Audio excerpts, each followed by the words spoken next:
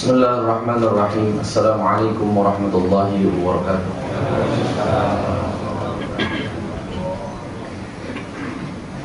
Alhamdulillahi wahdah, sadaqa wa'dah, wa nasara 'abdah, wa a'azza jundah, wa hazamal ahzaba wahdah.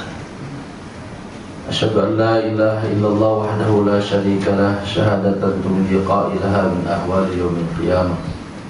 Wa asyhadu anna Muhammadan 'abduhu wa rasuluh alladzi qad ballagha ar-risalah wa adda al-amanah wa nasaha al-ummah wa jahada fillahi haqqa jihadih wa ala alihi wa ashabihi wa sallama tasliman katsiran ila yaumil qiyamah, amma ba'd.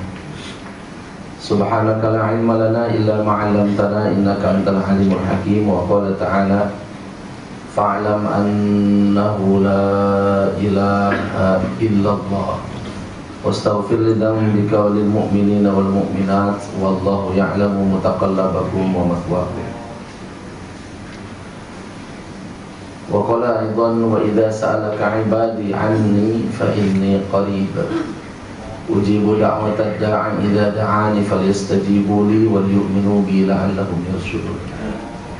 Wa qala Rasulullah sallallahu alaihi wasallam awwalud dini ma'rifatullah. Sadaqallahul azim wa balagha rasuluhun nabiyul habibul karim wa nahnu ala dzalika minasy syahidin wasyakirin walhamdulillahi rabbil alamin. Puji syukur hanya untuk Allah Subhanahu wa taala. Allah yang menciptakan, Allah yang mengatur, Allah yang memiliki, Allah yang maha wujud, yang wujudnya tidak didahului dengan tiada dan tidak akan diakhiri dengan ketiadaan. Allah yang dihadapannya segala sesuatu adalah makhluk, dan Allah yang dihadapannya segala sesuatu adalah baru. Karena yang lama hanya Allah, selain Allah semuanya baru. Jamaah zuhur yang dimuliakan Allah Subhanahu wa taala, salawat salam untuk baginda Rasulullah sallallahu alaihi wasallam, keluarganya dan para sahabatnya, sebagaimana Allah berikan salawat dan salam untuk Ibrahim, keluarganya. Jamaah yang dimuliakan Allah Subhanahu wa taala, materi ini berat tapi menyenangkan. Saya sendiri sangat senang ketika panitia menyodorkan materinya kuliah tauhid.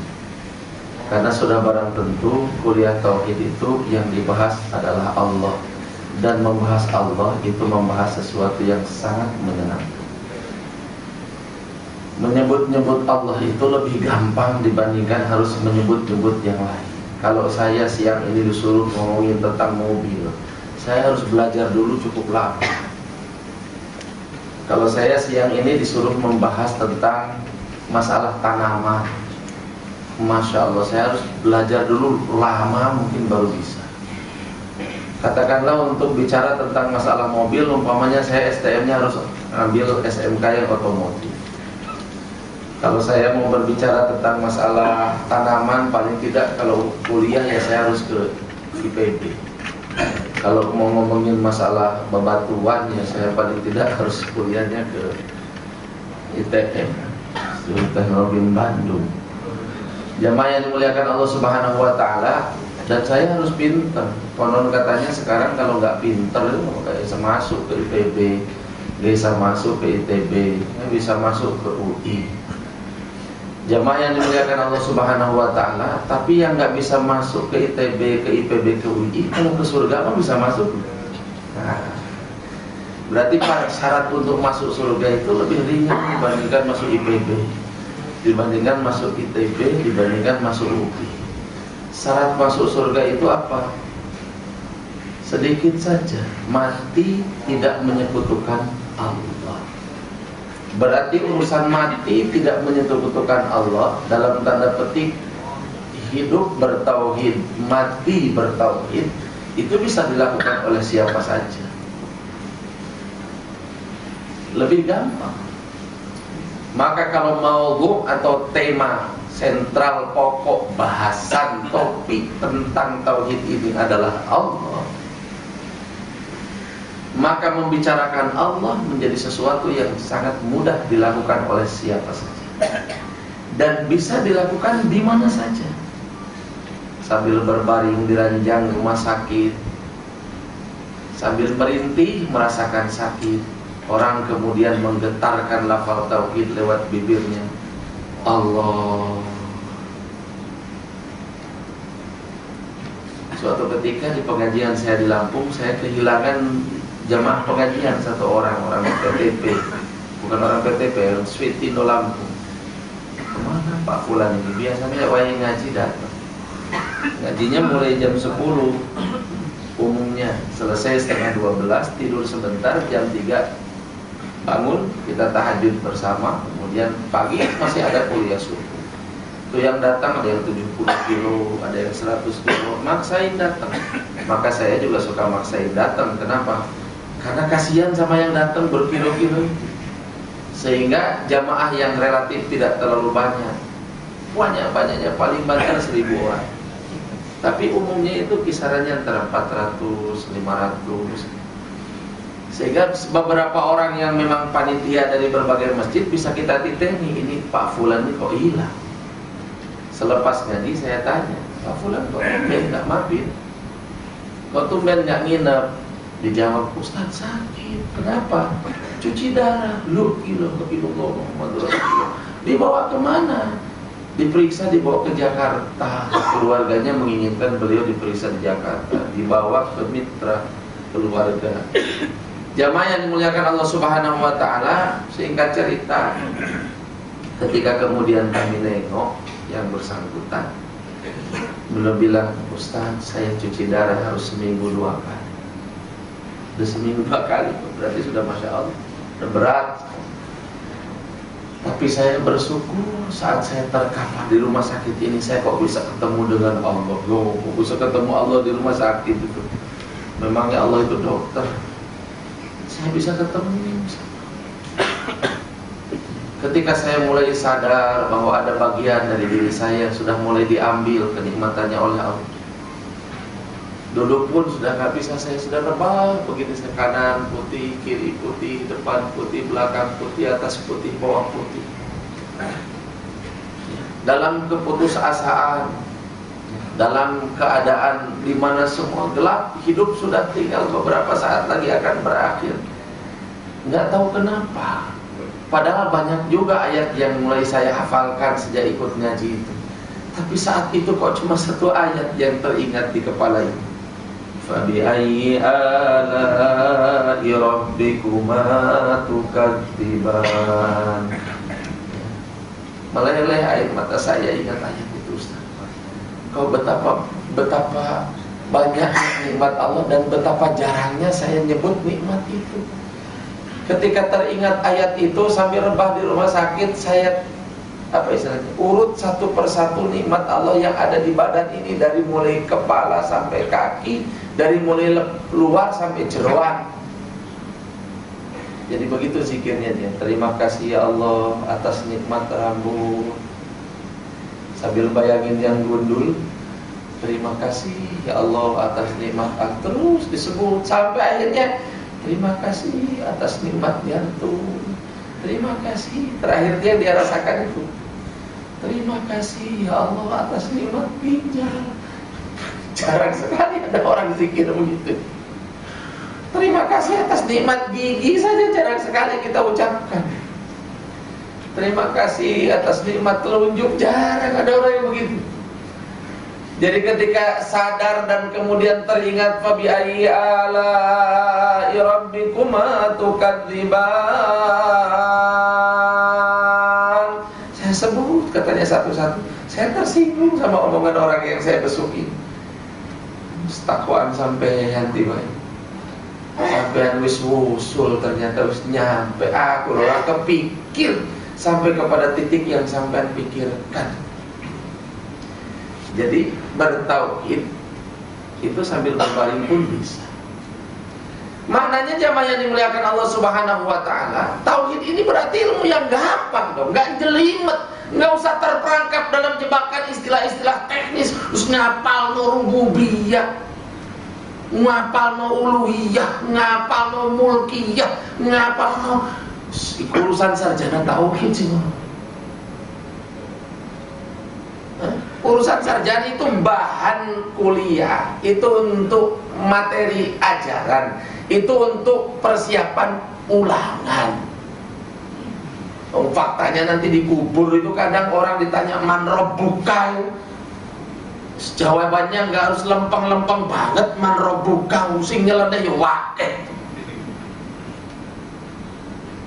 Ya, kan berbicara tahu itu berarti secara kemarin. Dalam Tadhkirah Al-Qurtubi disebutkan ada ulama suka ngajar gini, ngenalin orang sama Allah, ngenalin Allah sama orang, gitulah bahasa gampang.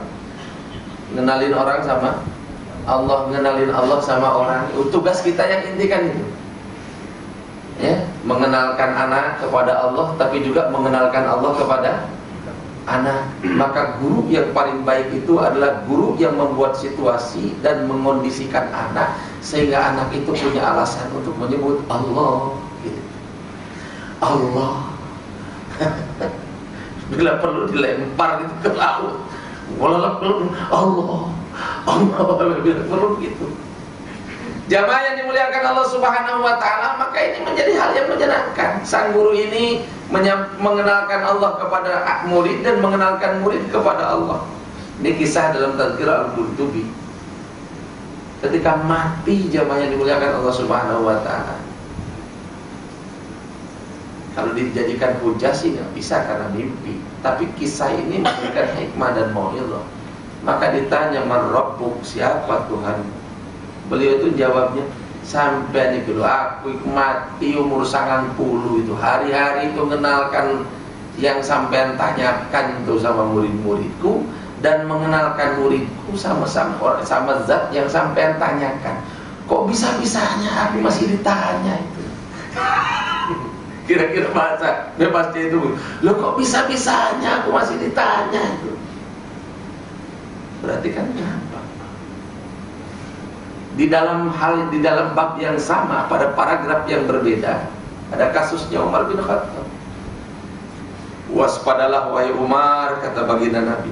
Kenapa? Ada hari genting nanti dalam hidupmu, hari di mana kau masuk ke liang kubur. Ada apa gerangan rupanya Rasulullah? Kau bakal didatangi oleh 2 orang malaikat dan dia akan bertanya kepadamu. Kata Umar bin Khattab, secerdas hari inikah aku saat itu ya Rasulullah? Kau akan tetap seperti ini. Tenanglah kalau begitu. Kenapa kau tenang? Ya kan standar saja pertanyaannya sebagaimana kau sabdakan. Siapa Tuhanmu wahai Umar? Maka aku akan menjawab, Rabbi ana Allah. Tuhan saya nih, Tuhannya Umar Allah. Famar rabbukuma. Kalau Tuhan kalian berdua siapa? Oh. Nabi sampai senyum dengar jawaban Umar. Ya, artinya Umar udah siap-siap. Ya, dia nanya, bertanya balik. Jadi Umar bisa begitu, kiai yang tadi bisa begitu. Saya pernah dengar cerita di pondok. Di pondok itu kan ilmu tidak semuanya tersurat, ada juga yang tersirat. Karena itu dalam Islam belajar itu perlu guru. Karena tidak semuanya tersurat, sebagian besar itu tersirat. Hanya dengan belajar kepada guru kita akan menangkap hal-hal yang tersirat itu. Ini termasuk riwayat yang tersirat. Artinya tidak ada catatannya dalam kitab, tapi diceritakan dari mulai bibirnya orang pertama sampai kepada telinga saya. Mau digolek ini manapun susah nyarinya. Tapi saya dapat ini dari guru saya dapat dari gurunya, terus sampai ke Ustaz Kiai Hasyim Asy'ari, Mbah Yai Khalil Bangkaran Madura, terus ke Sayyidina Nawawi Banten, terus sampai ke Isa Aspirain, terus sampai kepada Sayyidina Ali bin Abi Thalib. Kira-kira begitulah musalsalnya. Jadi Imam Sibawi itu katanya ditanya, itu pakar ilmu nahwu. Kalau usuluddin itu ada Imam Syafi'i. Maaf, kalau ilmu usul fikih itu ada Imam Syafi'i. Kalau dalam dalam ilmu tasawuf itu ada Junaid al-Baghdadi. Maka kalau dalam ilmu yang terkait dengan nahwu sharaf itu atau ilmu masalah-masalah grammar bahasa Arab, itu orang semuanya berintah kepada orang yang mau saya sebut namanya Imam Sibawi. Para ulama bercerita ketika beliau ditanya di kubur itu, "Marabbuk, siapa Tuhanmu?" Malaikatnya ditanya, "Aku mau tanya sama kau, ini mannya man apa?" Jadi tanya balik bahasa Arab. Jadi malaikat belajar bahasa Arab enggak? Mannya mana? Man dalam bahasa Arab banyak. Wallahu a'lam. Artinya jemaah yang dimuliakan Allah Subhanahu wa taala, kalau semua orang berhak masuk surga, maka setiap orang diwajibkan oleh Allah bertauhid. Kalau tauhid itu jelimet kasihan sama tukang beca. Sepanjang orang itu mukallaf, balighun, akilun, normal.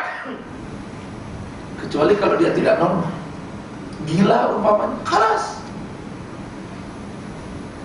Nanti mungkin oleh Allah ditempatkan di sebuah tempat yang kita tidak tahu. Sebagian orang mengatakan Jabal A'raf man istawat hasanatuhu sayyi'atihi. Bapak, Ibu yang dimuliakan Allah, saya ingin menyodorkan ini supaya ini harus kuliah tauhid, wangil, harus bawa pulpen, sedia buku, nggak usah. Ya, nggak usah. Kuliah tauhid itu mesti nggak susah. Kenapa? Karena yang dibicarakan Allah, ngomongin Allah itu paling gampang.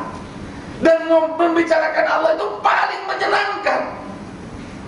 Saya beruntung termasuk sedikit di antara orang yang oleh Allah dihantarkan untuk mencicipi suasana keagamaan di Pakistan. Saya bertemu dengan seorang, dia sebetulnya bukan ulama, tapi waktunya, hidupnya habis dalam dakwah.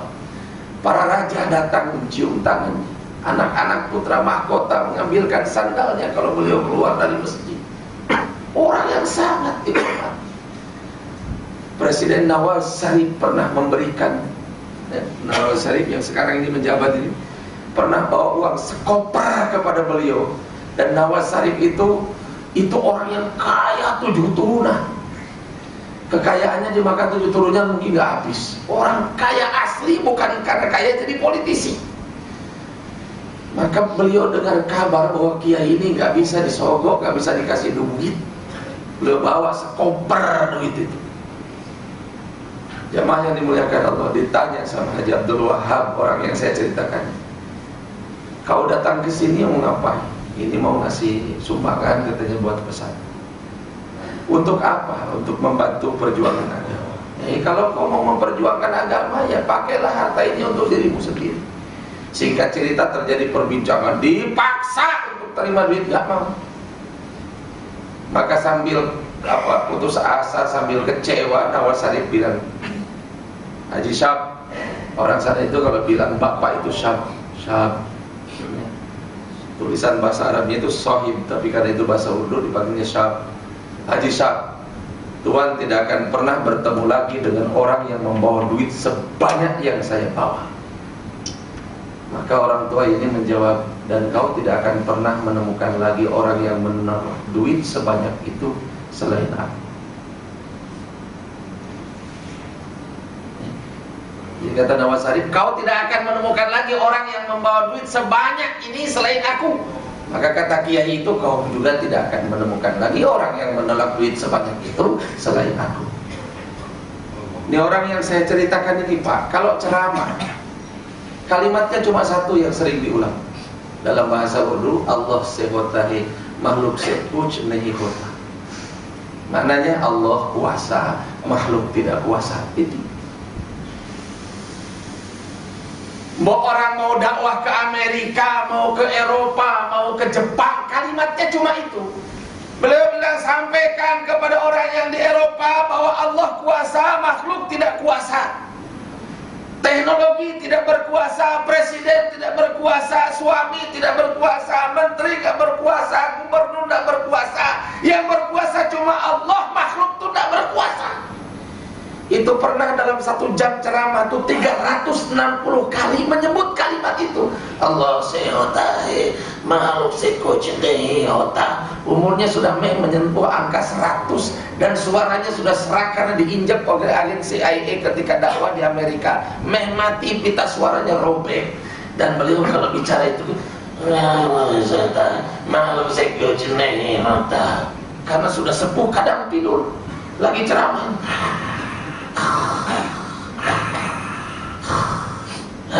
Habis tidur kemudian bangun lagi, Allah kuasa, makhluk tidak kuasa.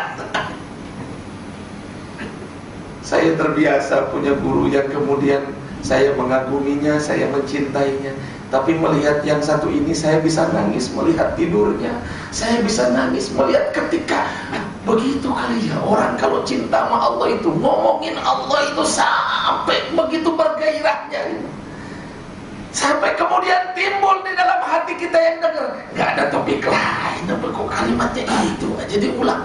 Allah sehota ya Allah, makhluk sekoci sehota. Allah kuasa, makhluk pasti tidak kuasa. Allah langsung kuasa otomatis, makhluk otomatis tidak berkuasa.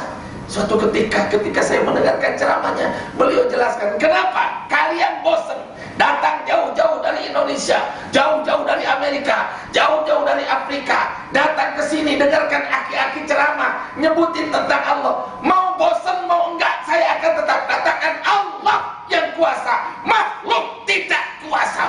Emang begitu kok. Pak itu yang datang, ada mufti dari Makkah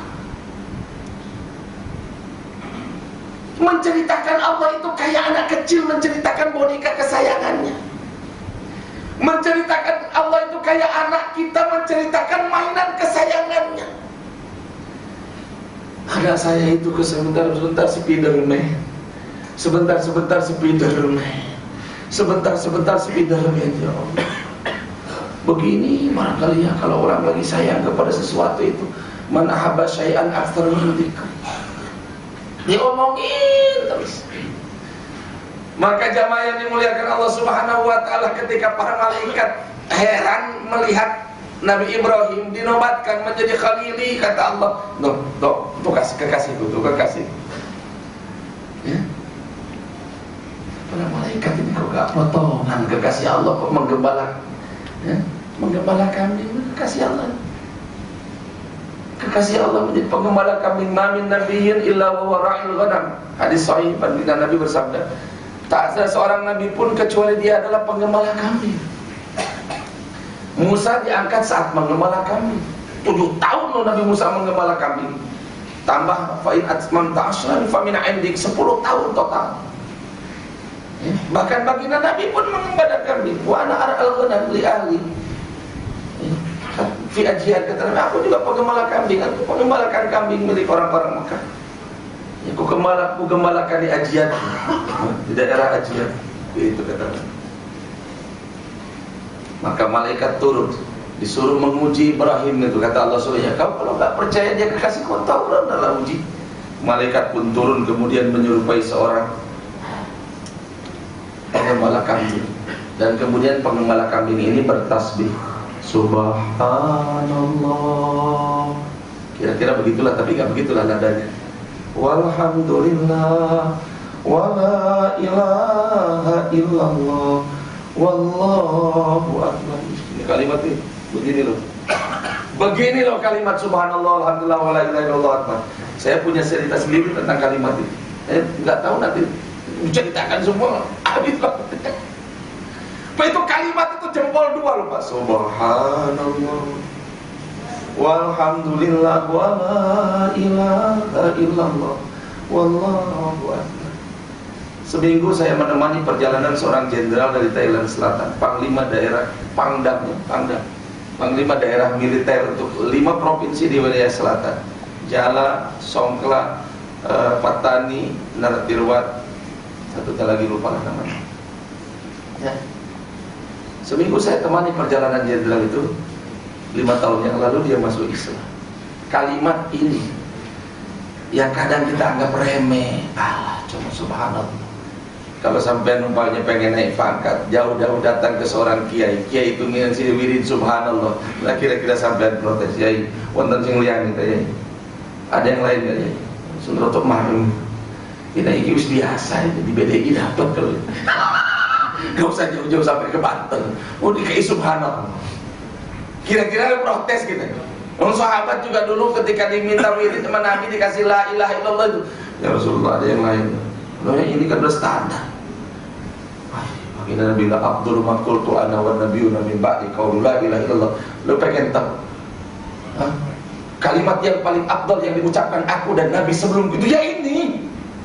Tapi kan kita kadang-kadang sudah kita Islam dari kecil itu menganggap subhanallah itu nggak bisa jebol dinding, subhanallah nggak bisa ngorek langit. Kita anggap subhanallah nggak bisa bikin orang kelengar. Buka pintu surga saja bisa, Pak. Apalagi sekedar berangkas nutup. Masya Allah. Jamaah yang dimuliakan Allah Subhanahu wa Ta'ala, jenderal ini nggak bisa tidur, punya penyakit nggak bisa tidur. Dia datang ke pesantren bukan karena dia muslim, tapi karena pesantren itu di wilayah dia. Maka dia datang ke pesantren. Kata orang pesantren, Pak, sampean kalau mau tahu kegiatan kami, ikutlah sama kami. Kan sampean pantang. Gimana sampean bisa laporan sama jenderal sampean kalau sampean tidak ikut kegiatan kami? Gimana kegiatan? Ya beginilah, diajaklah kemudian kegiatan di pesantren. Lihat orang Islam mudah sekali tidur. Khutbah separuh ngantuk. Duduk taklim jam 9 pagi ngantuk. Ya Allah, berat sekali. Khotib itu yang paling berat ketika jadi mustami. Betul. Bikin malu lah sudah. Kadang dibangunkan itu harus digotong. Kenapa? Kesemutan. Wis komat kita kejebak kesemutan. Itu saya alami itu. Ya Allah, pas gak jadi khotib, rombongan kepengen lihat katanya yang namanya Masjid Kubah Mas kayak apa. Enak memang. AC-nya segar. Saya ke bagian Jumatan, persis deket AC-nya itu. Betul-betul gak tahu apa yang dikhutbahkan. Mau bangun itu sudah komat menjelang la ilaha illallah. Pas mau bangun, saya bilang, Pak, bangunkan saya, kesemutan. Loh ya jenderal tadi itu lihat orang Islam gampang tidur itu. Dia punya penyakit susah tidur. Saya pikir dulu itu cerita begitu itu cuma karangan saja. Kok saya ketemu sama orangnya dan ngalami ketemu orangnya. Nanya, yo ya betul begitu peristiwanya. Maka kawan ini orang Palembang tapi sudah jadi warga negara Thailand. Dia kawin sama orang Thailand, jadi kiai di sana dan kemudian jadi warga negara sana. Sudah terlebih 30 tahun. Masa itu masih muda jadi warga negara Thailand. Kemudian kawan kita yang dari Palembang dicurhati ini sama jenderal. Macam mana saya bisa tenang mudah tidur macam tadi? Kasihlah tasbih seuntang. Kemudian dikasih bacaan wirid yang tadi itu. Balas gak level kalau kita orang. Ini aja Pak Jenderal baca ini kalau mau tidur. Subhanallah 33. Alhamdulillah 33 kali. Allahu Akbar berapa kali? 34 kali. Ya Allah, orang memang uji. Apa ruginya? Juga gue coba nulisnya pakai bahasa Thailand yang Sanskerta itu. Lo gak bisa mau coba. Ditulisnya pakai bahasa Sanskerta, diajari dulu. Ya, ini tasbihnya buat ngitung, diajari. Ini buat ngitungnya. Ya, ini bacaan subhanallah. Di malam itu dia dikasih, di malam itu dia tidur lelap. Jadi, coba dikasih tuh orangnya ngomong sama saya. Yang ngasih wiridnya juga cerita sama saya. Orang yang dikasih wiridnya juga saya bawa keliling-keliling di Bandung. Saya bawa ke Ciater, saya bawa mandi air panas. Kenapa sekarang sudah muslim? Sekarang sudah masuk Islam. 5 tahun yang lalu sudah masuk Islam. Jadi luar biasa. Maka itu jangan menyepelekan tuh gembala kambing yang lagi ngetes Nabi Ibrahim bilang subhanallah. Itu Nabi Ibrahim sayup-sayup dengar ada orang ngomongin zat yang sangat dicintai, dikagumi, dikasihinya. Orang kau nyebut-nyebut nama kekasih saya ini. Kok nama kekasih saya disebut-sebut siapa ini? Kok ada yang tahu nama kekasih saya ini? Kok ada yang menyebut-nyebutkan kekasih saya ini? Disamperin sama Nabi Ibrahim. Subhanallah, gembala kambing Pak lagi menyebut-nyebut nama Allah. Duduk Nabi Ibrahim di situ. Kata Nabi Ibrahim, terus mas, diteruskan itu. Saya senang sampai nyebut-nyebut nama. Sebut-sebut lagi. Saya tak dengerin. Lo gak bisa. Kata gembala kambing. Lo gak bisa gimana? Tadi sampean kok yang bilang itu. Oh ya ada bayarannya. Gak bisa. Oh apa tuh bayarannya? Kata orang ini, lek sampean mau ngasih separuh hewan yang sampean gembalakan, saya tak teruskan. Kalau enggak bisa. Terus sepepen. Kata Nabi Ibrahim, buat sampean sudah separuh hewan yang saya gembalakan. Orang itu kemudian bilang, subhanallah. Zikir malaikat. Terus kata lu, kok enggak bisa kata orang. Lu kok enggak bisa? Sudah separuh yang saya kasih. Ya kalau separuhnya lagi dikasih baru boleh. Separuhnya lagi dikasih. Saya teruskan, saya apa? Ambil saja semua.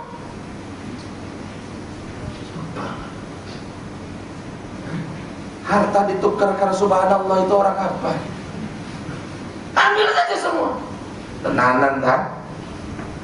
Pemen, cukup-cukupan. Coklat PKB sok, tenanan. Nepetin dikit. Subhanallah. Ya Allah, cuma gitu doang. Diam lagi. Ayo dong terusin, ya Allah. Dengan nama Allah disebut gregetan nama Ibrahim. Ya gregetan itu. Ya Allah, kenapa kita ini menyebut nama Allah kok gak bisa gregetan? Itu kenapa? Takbir gak bisa gregetan, itu apa salahnya kita ini? Sholat gak gregetan, syahadat gak gregetan gitu kan. Padahal katanya Al-Anfal itu harus gregetan, harus berdebar-debar. Ratu jantung dagdikduk gitu loh. Katanya kan mesti begitu. Alladzina idza dzukirallahu wajilat qulubuhum. Dengar Allah, dengar disebut nama Allah itu. Atau minimal kita dengar nama Allah, dagduknya jantung itu minimal kayak bencong dengar nama Satpol PP disebut itu.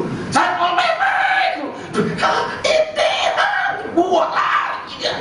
Minimal segitu aja udah cakep, cakep. Ada orang bilang apa? Mana mungkin nama ngefek? Ini Satpol PP disebut namanya ngefek. Ya. Coba sebut nama Densus 88 bagi napi, bagi orang-orang tersangka teroris itu. Sebut nama Denbagus 88 itu. Masya Allah. Bisa langsung pucat. Apalagi nama siapa?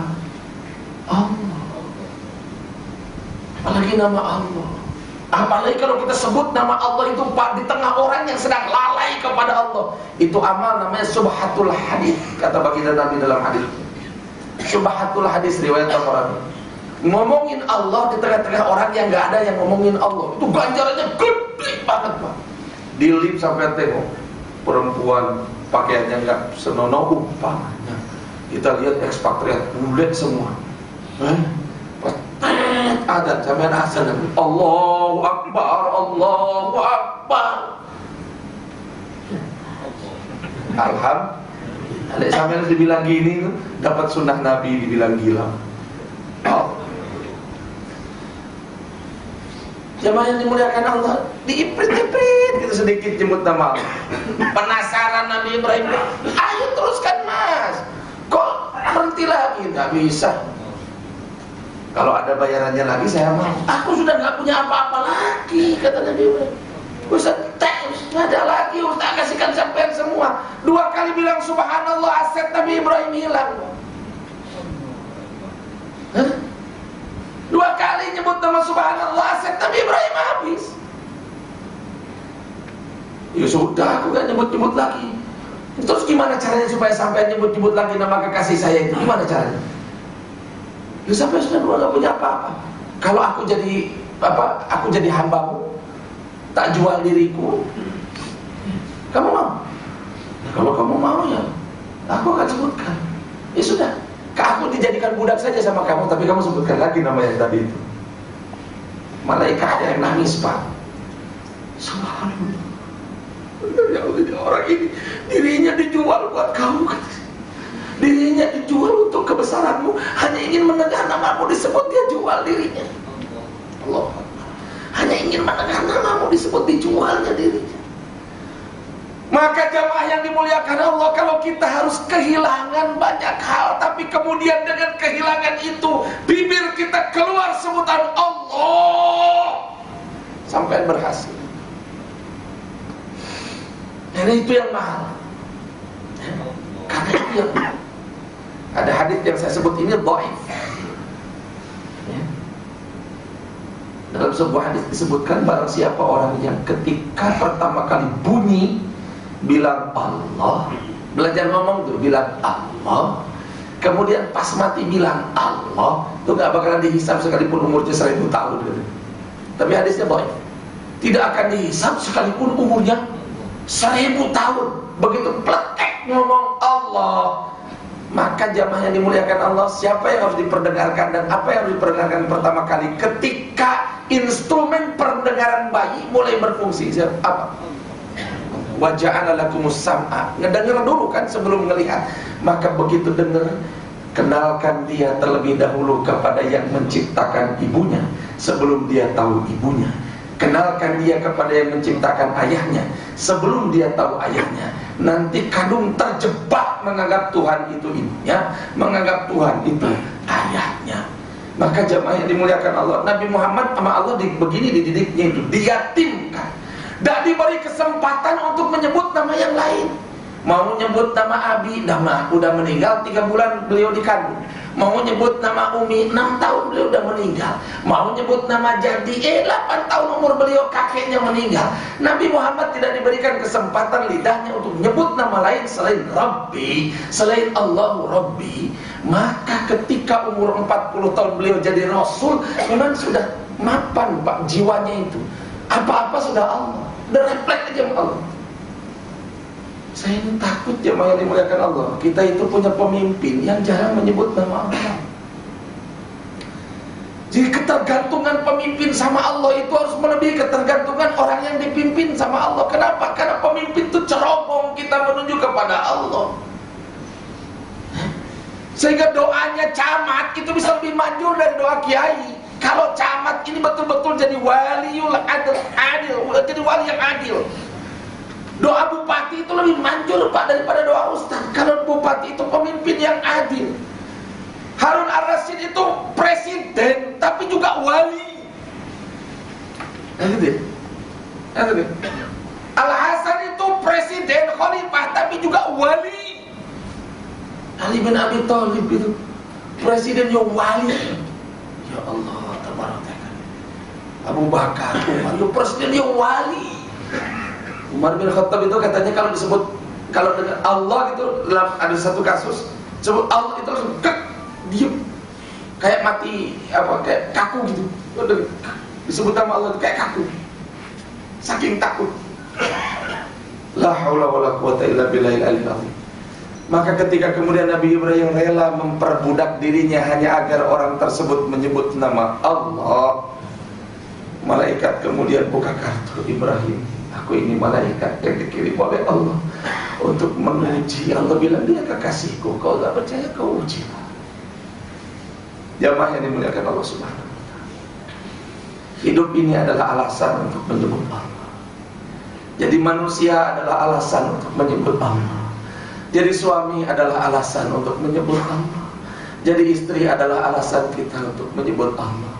Punya anak adalah alasan untuk menyebut Allah. Punya kerjaan adalah alasan untuk menyebut Allah. Semua yang dilakukan oleh Allah kepada kita, targetnya cuma satu, agar kita menyebut nama Allah. Maka mempelajari tauhid itu menjadi hal yang sangat menyenangkan, karena membicarakan sosok yang menyenangkan, membicarakan sosok Allah, membicarakan sosok yang sifatnya lebih jelas daripada matahari terbit, nggak jelimet. Ya, Quran itu ya dari ujung ke ujung yang ngomongin Allah saja, dari ujung ke ujung. Ini begini modelnya. Jadi kuliah tauhidnya ada pakai teori ya? Yang pakai teori, saya juga 3 ahli berteori. Jamaah yang dimuliakan Allah Subhanahu wa ta'ala, temukan Allah pada setiap keajaiban hidup kita. Temukan Allah pada setiap peristiwa yang kita alami. Karena kalau teori umumnya semua sudah tahu, wala in sa'altahum man khalaqas samawati wal arda la yaqulunna Allah.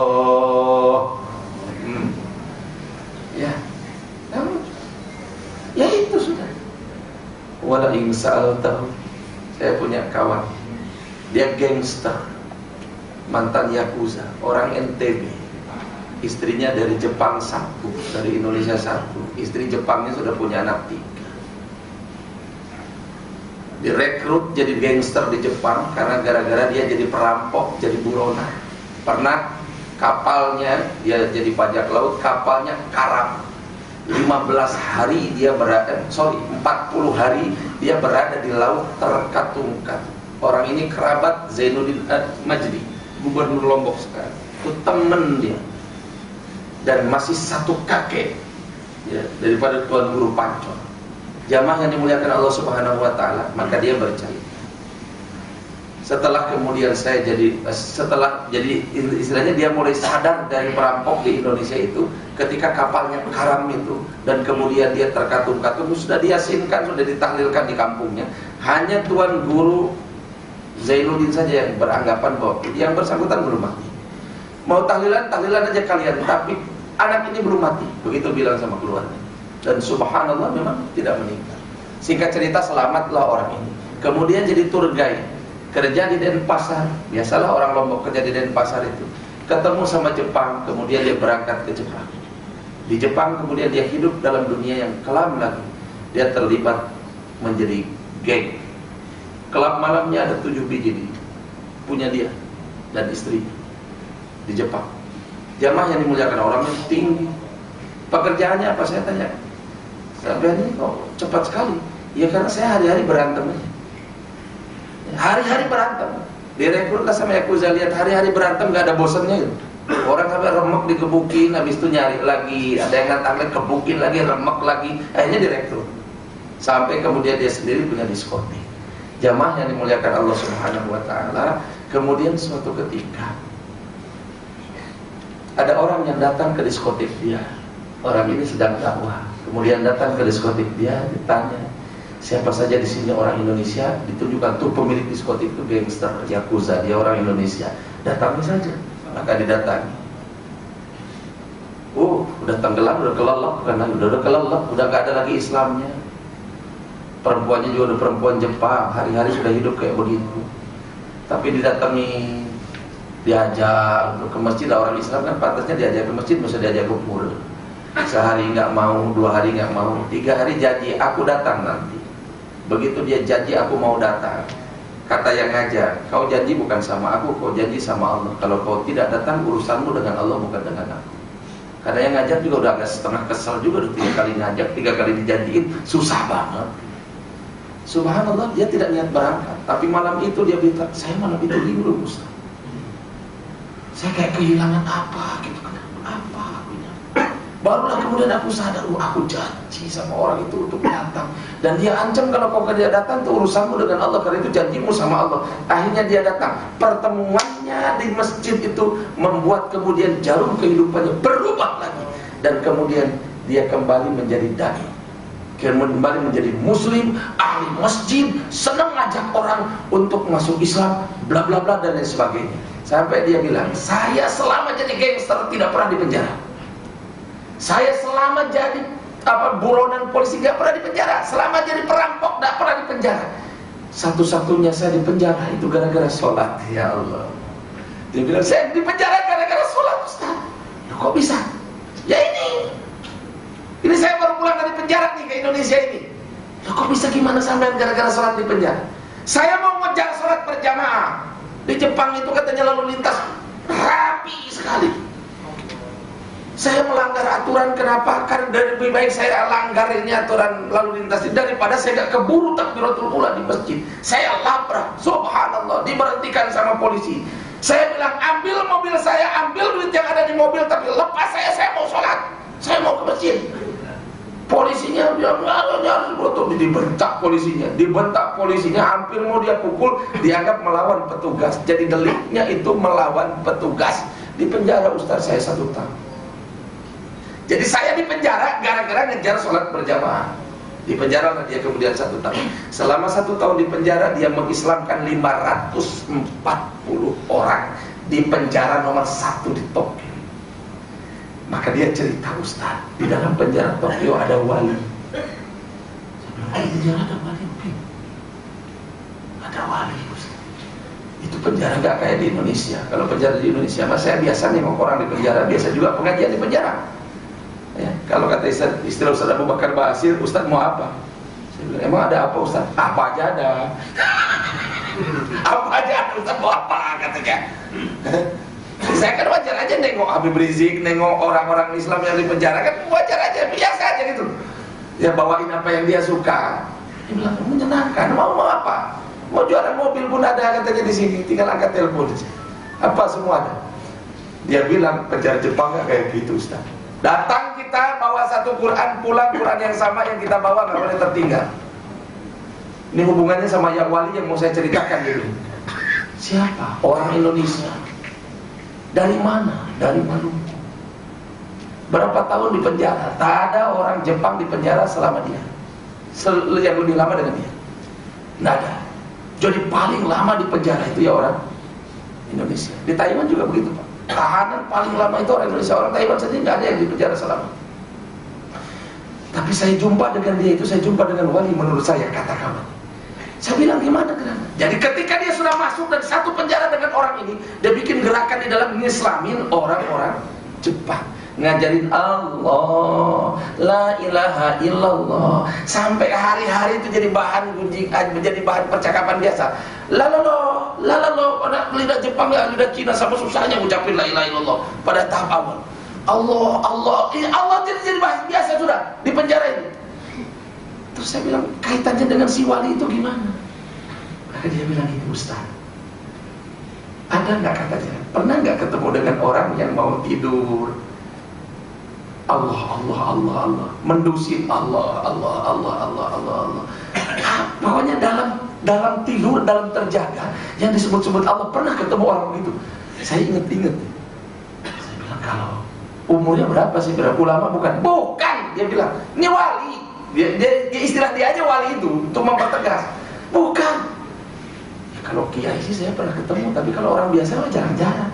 Ini orang ini Ustaz, melek terjaga. Itu ngomongin Allah itu kayak gelas tumpah aja. Ini tumpahinnya keluar air putih, karena di dalamnya memang air putih. Mau dilihat dari luar yang nampaknya air putih, dibuka tutupnya ya air putih, diminumnya terasa air putih, luar dalam sudah Allahnya itu.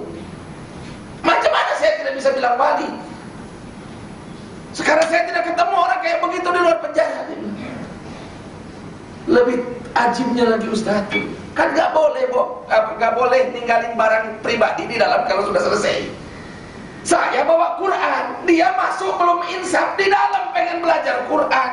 Seketika saya masuk itu dia sudah bisa baca Quran. Nggak ada selembar pun bahan untuk baca Quran, untuk belajar Quran. Dia menghafalkan Quran, mempelajari Quran itu dari potongan-potongan yang tersisa di masa kecilnya. Dibayangkannya qul huwallahu ahad, kopnya kayak apa ditulis dengan alat seadanya. Maka begitu saya datang, saya bawa Al-Quran, dia kayak ketemu Quran. Apa yang dibuat selama setahun, disalin Quran punya saya. Ayo, aku aja yang Ustaz Pak, gak pernah nyalin sequran. Kalau hafal insya Allah. Ini orang ini ketika kawan yang kita ceritain ini keluar, kalau dia lagi di Indonesia, saya bawa ke sini orang ini. Ini orang yang ngomong sendiri. Biar orang jangan beranggapan bahwa ini agama sudah selesai. Enggak. Ini agama satu-satunya pilihan. Gak ada lagi. Ente mau mati masuk surga, siapapun ente, hanya pakai satu pintu, Islam, tauhid, titik. Gak ada pintu lain. Maka gak ada alternatif lain. Amerika harus kasih ini, baru selesai. Eropa harus kasih ini, baru selesai. Kalau gak bakalan kelar. Disalin Pak Quran. Bayangkan coba ya? Marah melek, udah lihat wajahnya. Udah usah di Jepang kalau urusan wajah, kalau orang sudah jadi ahli ibadah. Di Cipinang itu takmir masjidnya penjara, wajahnya udah lebih putih daripada wajah santri. Saya pikir ini orang luar ditaruh di situ untuk nakmiri. Enggak, rupanya waktu saya ngaji itu 5 bulan lagi mau keluar. Saya bilang, Bapak kalau keluar kasih sorban kayak saya, orang nggak percaya kalau dibilang Bapak bukan ulama. Wajah Bapak lebih bersinar dari wajah saya. Gak kepanasan, ya? Jarang kehujanan, hari-hari pegang tasbih, ruku sujud dalam duha, dalam tahajud, gimana gak kinclong wajah. Saya sampai penasaran Pak, itu pengen ketemu sama orang yang di Tokyo, sampai sekarang belum keluar. Ya, mungkin Tokyo sudah berubah jadi negara Islam atau dari mayoritas penduduknya Muslim, baru dia keluar dari penjara itu karena saking lamanya jadi penjara. Jamaah yang dimuliakan Allah Subhanahu wa Ta'ala. Ini orang kayak begini udah ketemu. Teori tauhid mah dia nggak tahu, cuma dia tahu satu hal. Terakhir, ketika saya akan pulang dari penjara, kata kawan, ya Allah, ini kan sistem alat semua ini, sensor ini kan semua ciptaan manusia. Semuanya juga makhluk. Kalau engkau menghendaki, selesai kun fayakun. Saya cuma ingin satu saja. Tolong ini Quran jangan sampai ke bawah keluar. Dan tolong bikin lupalah penjaga itu juga jangan sampai. Karena kalau ketahuan ada barang yang ketinggalan dan itu sengaja dilakukan, Pak, ditambah lagi masa tahanannya. Kan repot. Jadi dia bilang saya tahajud hari-hari zikir, hari-hari cuma buat tinggalin Quran di dalam supaya nggak kepergok sensor. Dilalah kersaning Allah yang kun fayakun itu, Pak. Kok ya sistem itu mendadak kemudian kayak lupa bahwa saya masuk bawa barang pribadi dalam bentuk Quran terjemah itu. Selamatlah sudah. Di penjara itu sekarang kemudian ada Quran yang tertinggal di dalam. Jadi kawan tuh udah tulis Quran, masih Allah kasih hadiah satu Quran lagi. Semoga saya dan tuan-tuan panjang umur untuk menyaksikan orang ini keluar dari penjara. Ya untuk kemudian bercerita bagaimana pengalaman dia ketemu Tuhan di balik jeruji besi, di penjara nomor 1 di Jepang. Jadi tidak harus di masjid. Kadang Allah menemui kita di penjara. Tidak harus di Mekah, karena kadang Allah menemui kita di Los Angeles. Seorang penulis dari Bandung itu menulis sebuah karya, judulnya Menjadi Santri di Luar Negeri. Kisah pelajar-pelajar Indonesia belajar di Amerika, lo malah mondok. Berangkat ke iso ngaji, pulang dari Amerika jadi pengajar Al-Quran. Loh ya. Sehingga beliau ibaratkan ada api, Eropa itu ibarat api Namrud, tapi yang dibakar siapa? Ibrahim. Yang keluar dari api Namrud siapa? Ibrahim. Jangan sampai kita jadi Ka'bahnya Abu Jahal. Ya Ka'bah, tapi sing metune sinten? Abu Jahal. Lebih baik kita berada dalam api Namrud, tapi yang keluar Ibrahim, daripada kita berada dalam Ka'bah Baitullah, sing metune siapa? Abu Jahal. Selamat menikmati. Semoga Allah Subhanahu wa taala beri kefahaman kepada kita sekalian, memberi kesempatan sebelum kita wafat untuk merasakan kelezatan menyebut-nyebut nama Allah Subhanahu wa taala. Semoga pengajian ini dan perusahaan ini diberkahi oleh Allah. Aku qouli hadza wa astaghfirullahal adzim li wa lakum. Assalamualaikum warahmatullahi wabarakatuh.